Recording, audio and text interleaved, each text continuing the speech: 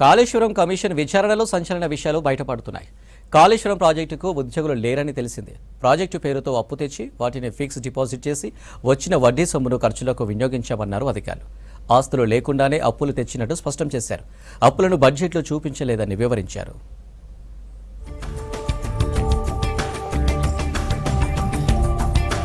Kaleshwaram commission విచారణ స్పీడ్గా జరుగుతుంది. కాళేశ్వరం కార్పొరేషన్ పేరుతో బ్యాంకుల నుంచి భారీ మొత్తంలో అప్పులు తీసుకున్నట్లు పలువురు అధికారులు ఓపెన్ కోర్టుకు తెలిపారు. ఆ డబ్బులను డిపాజిట్ చేసి వచ్చిన వడ్డీని ఖర్చులకు వినియోగించినట్లు చెప్పారు. ఉద్యోగుల జీతాలకు డబ్బులు ఎలా సర్దుబాటు చేశారని కమిషన్ ప్రశ్నించింది. కాళేశ్వరం ప్రాజెక్టుకు ఉద్యోగులు లేరని, ఇతర శాఖల నుంచి డిప్యుటేషన్ పైనే విధులు నిర్వర్తించారని, వాళ్లకు మాతృ శాఖలే జీతాలు చెల్లించాయన్నారు అధికారులు.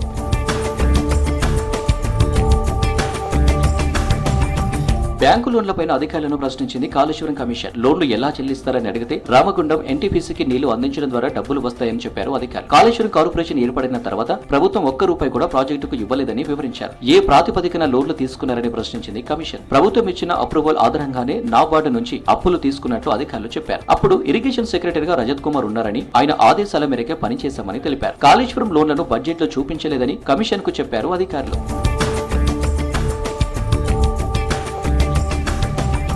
కాళేశ్వరం పేరుతో భారీ మొత్తంలో లోన్లు తీసుకోవడం పైన అధికారులను ప్రశ్నించింది కమిషన్. అప్పులు తీసుకోవడానికి ఆస్తులు ఏమీ చూపించారని కమిషన్ చైర్మన్ పీసీ ఘోష్ ప్రశ్నించారు. తమ దగ్గర ఆస్తులు లేవని సమాధానం ఇచ్చారు అధికారులు. కాళేశ్వరం ప్రాజెక్టు ప్లానింగ్ కంటే ముందే లోన్ తీసుకోవాలని డిసైడ్ అయ్యారా అని చీఫ్ అకౌంట్స్ ఆఫీసర్ ను కమిషన్ ప్రశ్నించింది. ప్రాజెక్టు సీఈలు తమకు ప్రతిపాదనలు పంపుతారని, వాటిని ఈఎన్సీలు ఆమోదిస్తారని, తర్వాత తాము బడ్జెట్ ప్రిపేర్ చేస్తామని చెప్పారు. కాగ్ రిపోర్ట్ లో 1-2 రిపోర్టులు వాస్తవ విరుద్ధంగా ఉన్నాయని అధికారులు కమిషన్ కు తెలిపారు.